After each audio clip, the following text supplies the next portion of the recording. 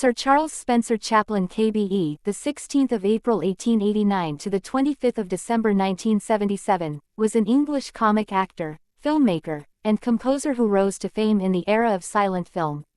He became a worldwide icon through his screen persona, the Tramp, and is considered one of the film industry's most important figures.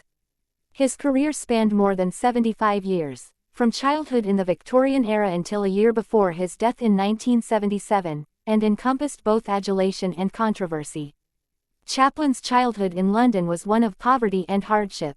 His father was absent and his mother struggled financially. He was sent to a workhouse twice before age 9. When he was 14, his mother was committed to a mental asylum. Chaplin began performing at an early age, touring music halls and later working as a stage actor and comedian. At 19, he was signed to the Fred Carnot Company, which took him to the United States. He was scouted for the film industry and began appearing in 1914 for Keystone Studios. He soon introduced and adopted the Tramp as his screen persona. He directed his own films and continued to hone his craft as he moved to SNA Studios, where the Tramp persona was developed emotionally in The Tramp 1915. He then attracted a large fanbase and demanded more money as he moved to Mutual and First National corporations. By 1918, he was one of the world's well-paid and best-known figures. In 1919, Chaplin co-founded the distribution company United Artists, which gave him complete control over his films. His first feature-length film was The Kid 1921, followed by A Woman of Paris 1923, The Gold Rush 1925, and The Circus 1928. He initially refused to move to sound films in the 1930s, instead producing City Lights 1931, and Modern Times 1936 without dialogue. His first sound film was The Great Dictator 1940, which satirized Adolf Hitler.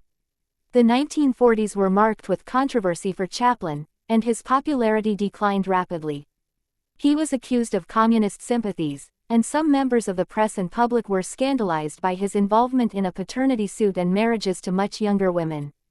An FBI investigation was opened, and Chaplin was forced to leave the U.S. and settle in Switzerland. He abandoned the Tramp in his later films, which include Monsieur Verdoux 1947, Limelight 1952, A King in New York 1957, and A Countess from Hong Kong 1967. Chaplin wrote, directed, produced, edited, starred in, and composed the music for most of his films. He was a perfectionist, and his financial independence enabled him to spend years on the development and production of a picture.